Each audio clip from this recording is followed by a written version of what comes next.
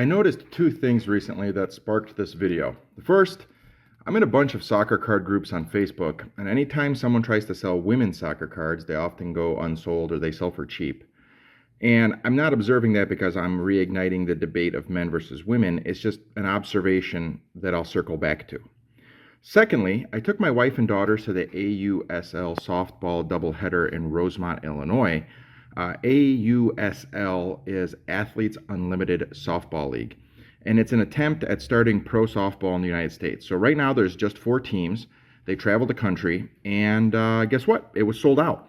So girls are playing softball in record numbers, and NCAA softball broadcast viewership is booming, especially the NCAA tournament. I mean, a ton of people were watching that.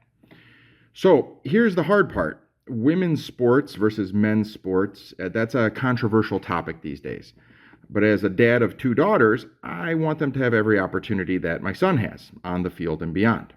So I guess that's why I care about the topic, and I'm willing to dive into this. So here's how I think women's soccer can grow. And I have several points, but of course, since this is a soccer card channel, I'm going to frame a lot of this in terms of soccer cards, or soccer cards are going to be part of it. So my first point, be patient, or better, be more patient. We live in an on-demand world. People expect instant success, but you can't manufacture history overnight. Men's soccer has over 150 years of global history. My dad loved Hajduk Split, not just for the game, but because it was one of the ways to show his Croatian pride under Yugoslav dictatorship. That's super deep cultural identity, and that takes generations to establish. You can't just change that overnight. I mean, even men versus men. Look at Auckland FC at the Club World Cup. They got crushed. And it wasn't because they were bad, but because New England's league isn't on par with Europe or South America. I mean, their goalie's full-time job is driving a forklift because their league doesn't make enough money for him to be a full-time goalie. So it's the same game, but they're on a different timeline than Europe is. So growth takes time. So my first point, be patient, let it grow. My second point, and I really believe this one, avoid controversy and avoid crusades. Women's soccer in the U.S. has become more about debate than the game itself, and I think that's a turnoff. At the AUSL games, I wasn't thinking, oh, they're good for girls. I was just impressed with their athleticism. But between innings, there was messages about identity and supporting women's sports. It seemed kind of political. It seemed like it was some sort of big crusade. They were playing fantastic softball.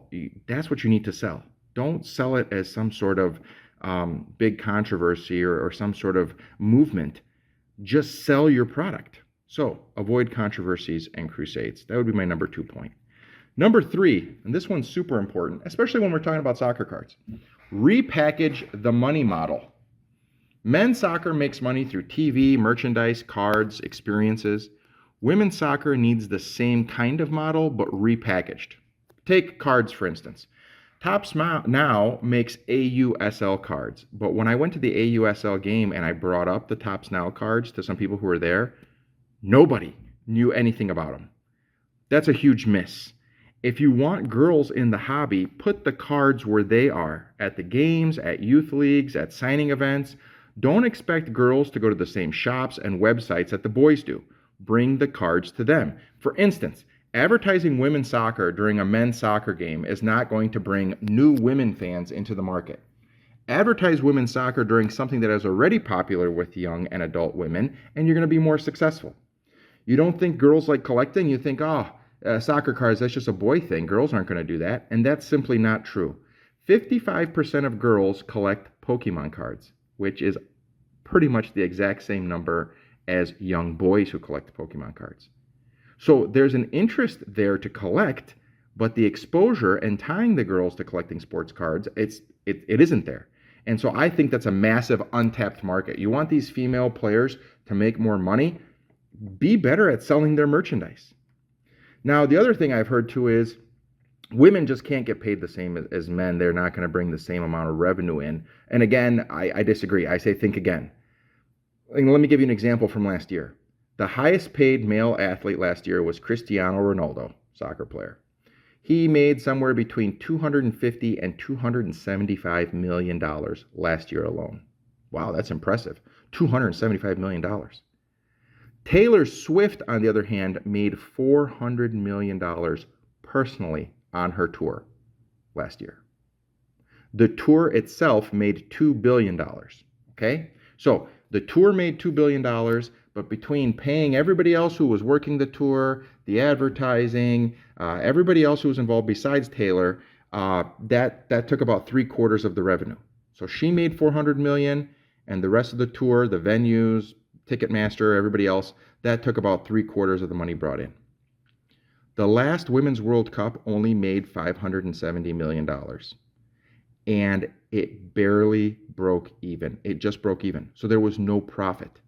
So it wasn't just that Taylor Swift made almost 4 times the amount that the Women's World Cup made on its own, is that she pocketed $400 million for herself. And FIFA and the other organizations, they're not making money on it. And I know I'm not a fan of FIFA, and I know you're not a fan of FIFA, but for things to be successful, there really needs to be a profit level there. There needs to be more money coming in. And so my point is, if Taylor Swift can make $2 billion, that means that women will spend money on things they like. So make women's soccer likable to them. Don't just make it men's soccer with women in it. Repackage the sport for women. And advertising women's soccer during Taylor Swift events would be much smarter than advertising women's soccer during men's soccer. Just a crazy idea. So, again, repackage the money model. Number 4, stop the comparison. This might be the most important point I want to make. Stop comparing women's soccer to men's soccer. In every single way, stop the comparison talk. Don't talk about pay. Don't talk about facilities. Don't talk about athleticism. Market women's soccer like men's soccer doesn't exist. Enjoy the sport for what it is. Celebrate the skill and the players and the moments. Comparison is the thief of joy, and don't let comparison ruin the growth of women's soccer. My 5th point, lean into the youth teams. Only 16% of adult women played sports in the last year versus 35% of men. But among youth, the gap is much smaller. 41% of boys played sports in the last year versus 34% of girls. There's your opportunity. Target girls while they're still playing sports. Build their fandom while they're young. Build habits while they're young. Get them collecting, watching, and caring now so that sticks with them until adulthood. My 6th point, innovate the game day experience. When I went to the AUSL game, the softball game, it felt like a whole experience. It wasn't just a game. The kids were getting autographs. There was giveaway. There was music. There was energy. There was videos in between that they could watch. Women's soccer needs that same vibe. Don't just hand out some posters. Hand out cards to be signed. Turn game day into a memory, and that memory into a hobby, and that hobby will then in turn fund your sport and make it better. It's a cyclical relationship. And right now, they're thinking one way. And then my 7th point is make broadcasts free and easy. Right now, you need Paramount Plus to watch the National Women's Soccer League. And highlights are scattered all over YouTube, and that's not good enough. I watched the Club World Cup for free on DAZN network. Why can't you do the same for women's soccer? Why can't you either get it onto DAZN or create an app that's got free games and maybe you watch some ads and maybe it has some merchandise links like to soccer cards and other merchandise? Get the girls watching it where they already are. Promote the cards and the gear and everything during broadcast and remove the barriers to them watching the women's game. That's the easiest way for you to get excitement and get people involved. So, my final thought, because I do want to see women's soccer grow, and I don't want to see it grow artificially. I want to see it grow naturally because that's how it's going to be sustainable. Women's soccer doesn't need to copy men's soccer. It needs its own culture. That's my first final thought. The culture needs to be positive. It needs to reach fans where they are.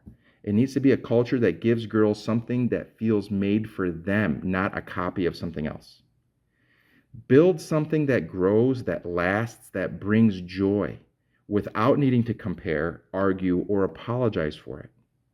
So that's pretty much my plan, how I think it could work in terms of growing it better than it has been grown up into this point. So thanks for watching. Please keep the comments positive. My whole goal here is to support and grow the game, and let's build it together. Thanks. Bye.